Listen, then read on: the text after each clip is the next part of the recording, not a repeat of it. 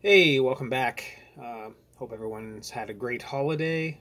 Mine's ongoing. I'm not back to work until January 4th, so you may or may not see me here again before then. Plus, we got moved back into lockdown the other day, so I have nowhere else to go and nothing else to do, really. So be forewarned. Today we're going to talk reissues. Now, generally when I get reissues, I just work them into my regular collection updates. But I've got an ever-increasing pile sitting here. I kind of want to file them away. So I decided to devote an entire installment of Uncommon Pallor to the reissue. Now, why do we buy reissues? Generally, it's a cost thing. I mean, original pressings of these records are pricey, you know.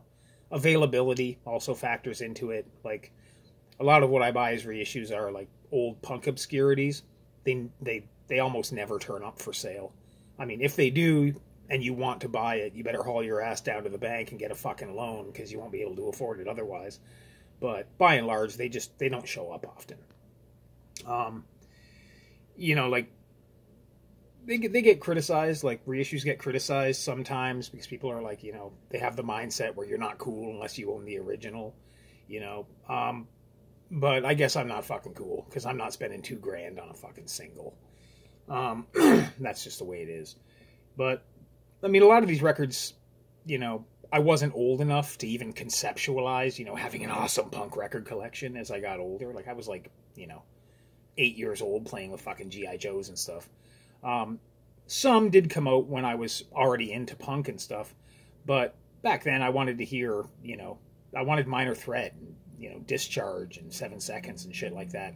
You know, the last thing on my mind was, like, at the age of, you know, 14, was like, you know, I need to find that Pagan single. It just didn't happen. I wouldn't have liked that shit back then. But as you get older, of course, your musical palette expands. Then the internet came along, which made it a lot easier to dig and dig and dig. And then eventually, you know, you'll find a whole, you know, world of music that passed you by that you had no idea even existed. So a lot of it, you know, being, you know, regional, you know, obscurities and whatnot.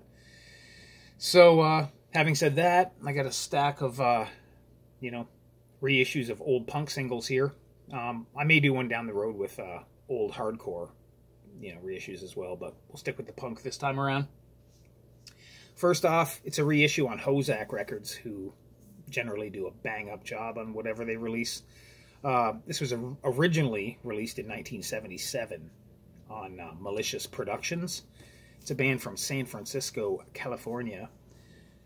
Merry Monday, a.k.a. Merry Monday and the Bitches. It's a 2-song single. Its A-side is I Gave My Punk Jacket to Rickie, and the B-side is Pop Gun.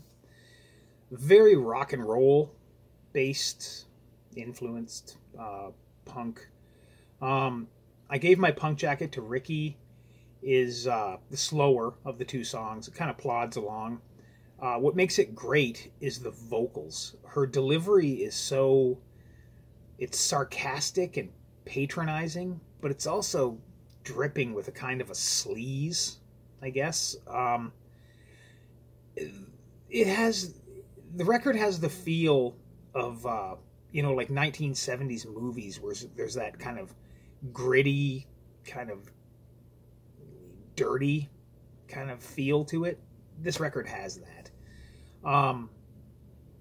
Pop Gun is the more up-tempo of the 2 songs. It's got a raging guitar solo in it. The main riff is almost identical to We Are the One by the Avengers, who were also from San Francisco and around the same time. So I don't know if there was some riff stealing going on or whatever, but that's what it sounds like. But unlike the Avengers, Merry Monday, her lyrics were more, you know, they weren't as political or anything like that. They were just kind of straight up, you know, kind of fun punk lyrics. Not a lot to be known about Merry Monday.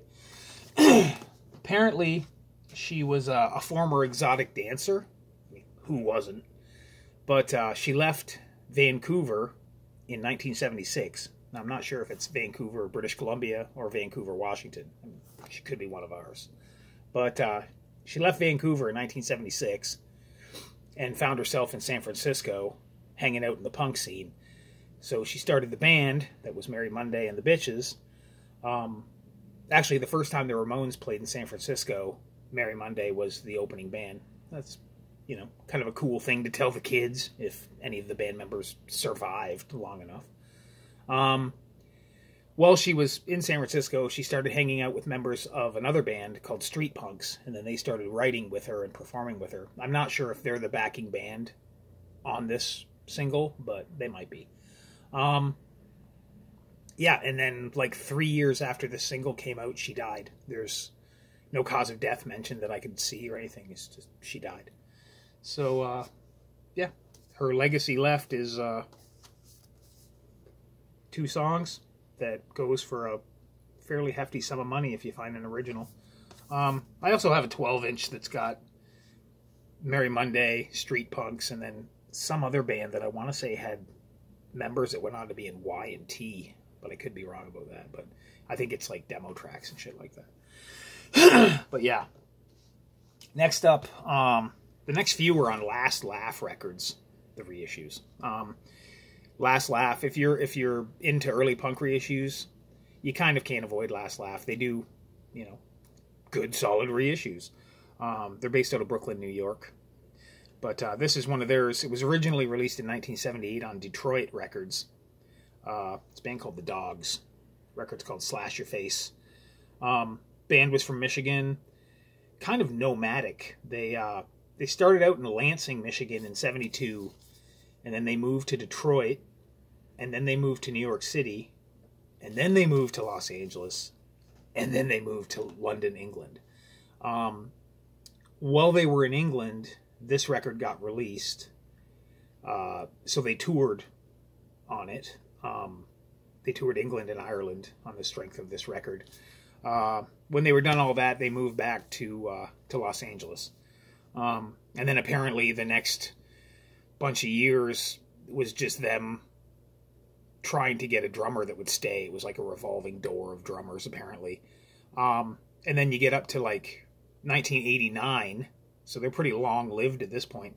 You get to 1989, and the singer/guitar player went and played in a band with some guy that he knew.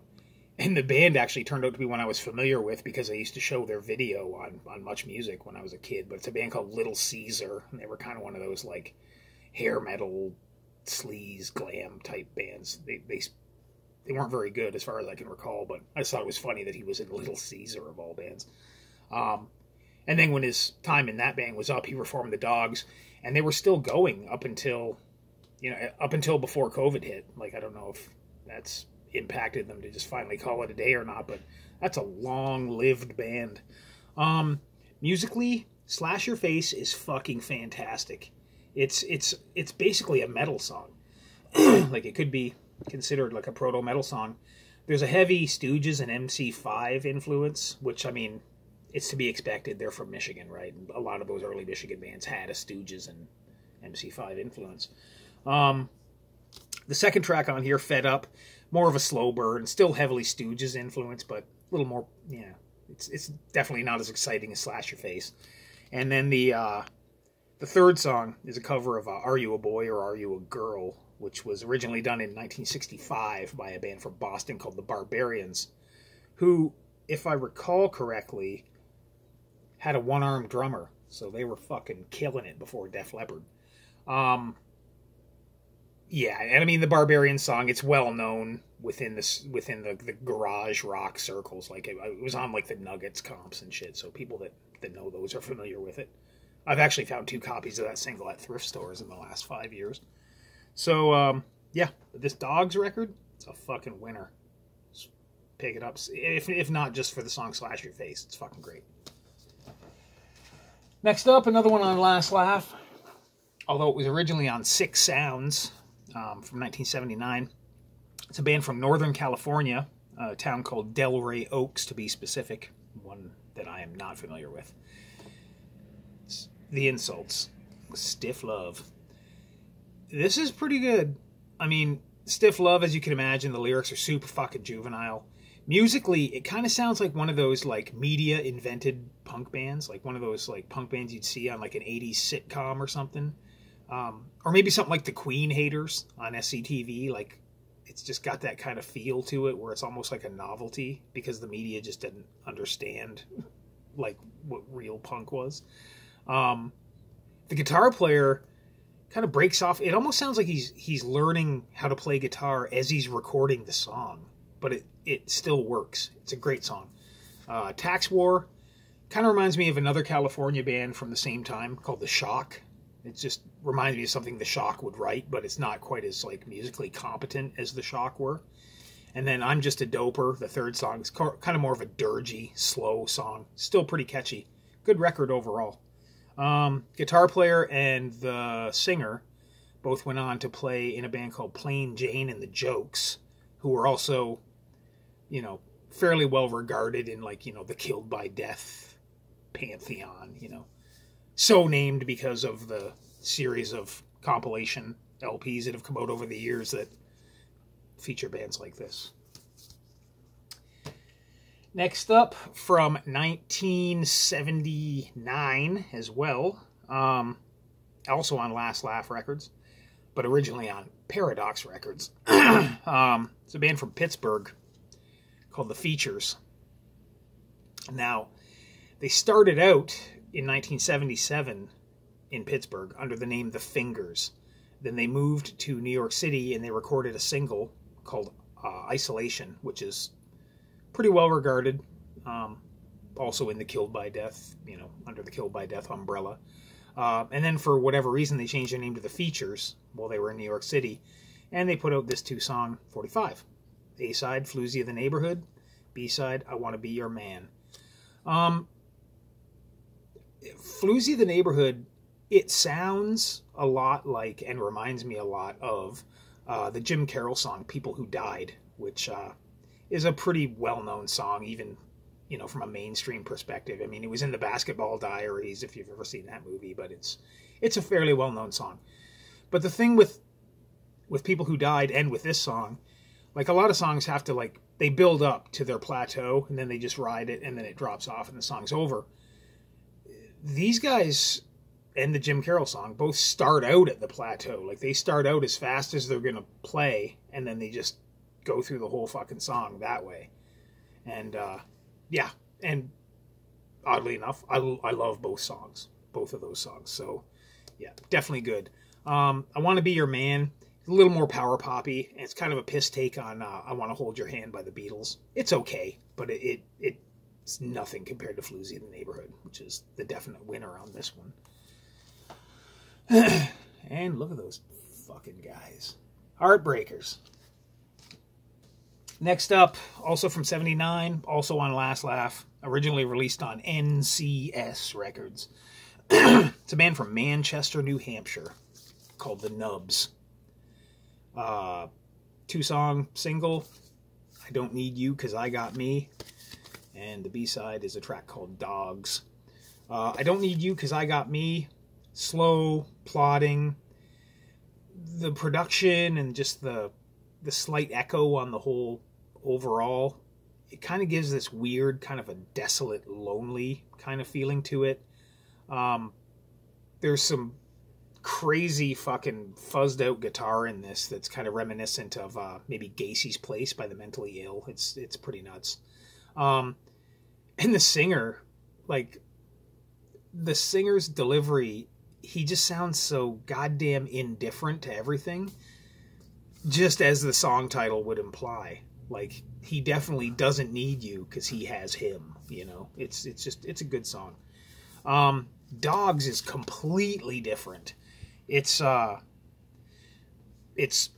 Devo-ish synth punk.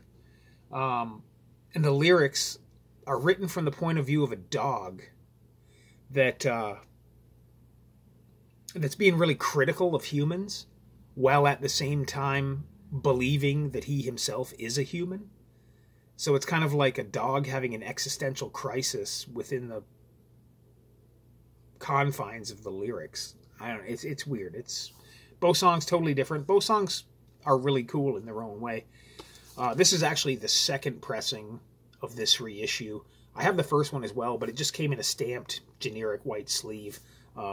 when they did this second pressing, they actually did a proper cover and some information, and I wanted that, so I got it as well. Next up, another band called Nubs, also on Last Laugh Records. This one was originally released in 1980 on Businessman Records. The band was from Sausalito, California, made most popular by the 1983 hit single by Diesel, Sausalito Summer Nights. 2 tracks on this, Job and Little Billy's Burning. Job's a fairly well-known as far as this kind of stuff goes. It's been covered by bands. I know Fucked Up covered it. Some others that I can't think of at the moment. It's nasally vocals, kind of interesting starts and stops in the song. When the song's actually going, kind of just barrels through you, but there's kind of like this swirling, chaotic quality to the production and the songwriting, like the way it works together. It's, I don't know, it's just a really, really, really cool song. It's an interesting, neat song. Little Billy's Burning, a little more straightforward, old style punk, but also very, very good. So yeah, like both songs on this, definitely worth checking out. Apparently they've done a couple of reunion shows up before the pandemic hit, so maybe they'll do more after, I don't know. All right, that's it for the Last Laugh record stuff. Now we're going to jump into a newer reissue label, just 3 of them. It's Reminder Records. I don't know much about them. They came out of nowhere and did 3 records, and I haven't heard anything since. But first off, band from England called The Sound. It's a reissue of their Physical World 7-inch, which was released on originally on Torch Records in 1979. Now, The Sound they're more well-known than a lot of these bands. Their Jeopardy LP is pretty celebrated. It's got kind of a cult following, I guess. There are some people that are really fucking into that record. I have it. I think it's really good, but I'm not, like, fanatical about it like some people. It's kind of Joy Division-ish. Maybe like a slightly less dark version of the Jam at times. I think it's good. Adrian Borland, was a banging songwriter. He knew how to put together a good song. Unfortunately, in 1999, he decided he was going to jump in front of a train after a kind of a long bout with depression. So his songwriting came to an abrupt end. But yeah, this isn't too bad. It's just I'm not like crazy about the Sound. I mean, there are people out there that probably think this is the best fucking thing they've ever heard, but it's good. All right, also on Reminder from 1981, originally on Penthouse Records. This is Cheryl, Killer Kiss, backed with It's Me. This young girl, or teenage girl, Cheryl Powling was her name, from London, England. Musically, it's kind of a mix of like new wave, power pop, and maybe some glam, like 70s glam. Killer Kiss, it sounds like it's the musical embodiment of a fucking pep rally. Like it's got, like, there's a synth part that's like, I'm the king of the castle, like it ripping through it all the time, and it's weird. It's a good song. It's just, it sounds like a fucking pep rally. And then the B-side, the B-side kind of reminds me of maybe Bow Wow Wow, if they had more of a power pop influence, but were played at double time. It's good. I actually kind of like the B-side better than the A-side, but the A-side's what everyone bought this for. I'd heard this before through MP3s and stuff, but never seen a real copy, like an original copy. And the last one for Reminder Records is a 2-song single by a band called Cassie. It's the A-side is Change My Image. and the B-side is Will You. Cassie from England. This is from 1982, originally on AKA Records. They're from kind of an odd place in England, though. They're from the Isle of Wight.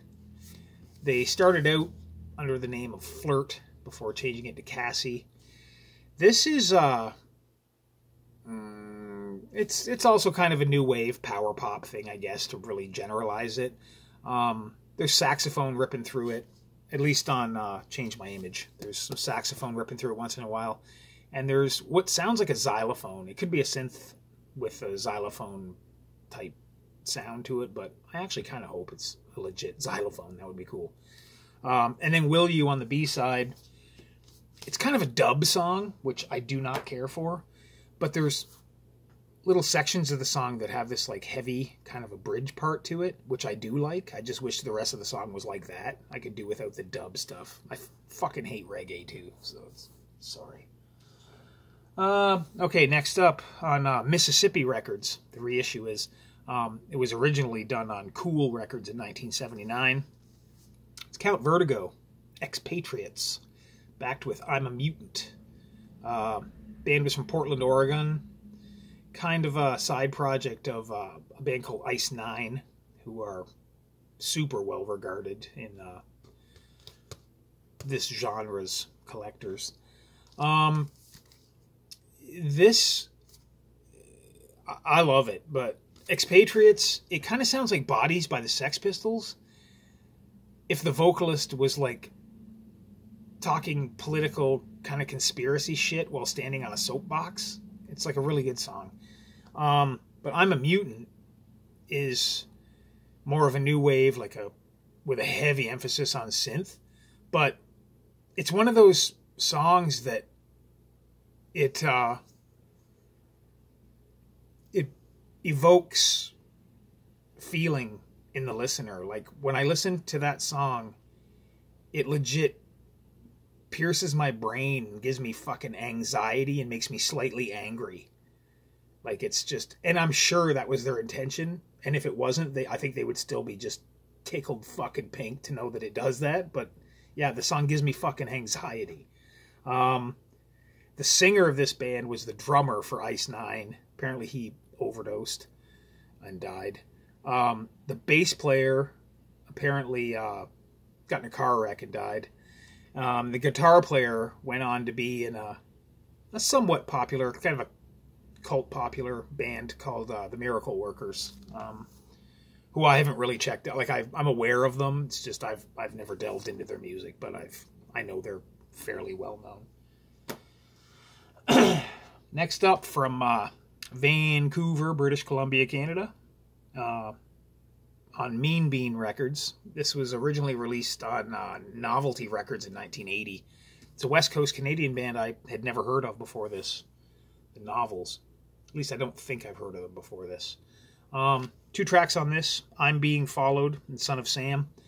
They are kind of a, power pop band, but there's a kind of a UK mod thing to them as well. Like a kind of a Buzzcocks type thing. I mean, you had the Pointed Sticks going out that, like, from that part of the country as well, and they kind of had that feel as well. So, yeah, it only makes sense that they would have that kind of an influence. I'm Being Followed. It's a pretty solid song. I like the cool, like, palm muted parts to the guitar. But Son of Sam, the B-side, is a lot more catchy and memorable to me. That's my preferred track off this. But yeah, good one on Mean Bean Records. They're another one out of Quebec, Montreal, I think, that he does some pretty awesome reissues. And then lastly, originally released on Nerve Records in 1986. It's a band from Nova Scotia, Halifax, Nova Scotia. It's Roland, Blinn, and the Fishermen. This is a 2-song single. The A-side is Tense, and the B-side is Peg in Hole. This is released on Unknown Coast Records, which is an imprint label of Suicide Records, which is run by the incomparable Dave Brown. This is, it's synth pop, really. I mean, there's some kind of unorthodox power poppy elements to it, but moreover, it's just really simple synth pop from 1986. Yeah, Roland Blinn, he's been involved with a whole bunch of different projects, mostly synth related and, you know, kind of weird new wavy things. Peg and Hole, the song, it's maybe kind of a deep reference, but for any of you people that are Kids in the Hall fans, that the segment they have once in a while where it's like Rod Torfelson's Armada featuring Herman Menderchuk, and it's like, you know, a basement band for these teenagers. They do this song called Cameraman, and for some reason that song really reminds me of the song Peg and Hole off this, so probably means nothing to no one, you know, but me, but whatever. It's my story and I'm sticking to it. That's all I got. It's raining out.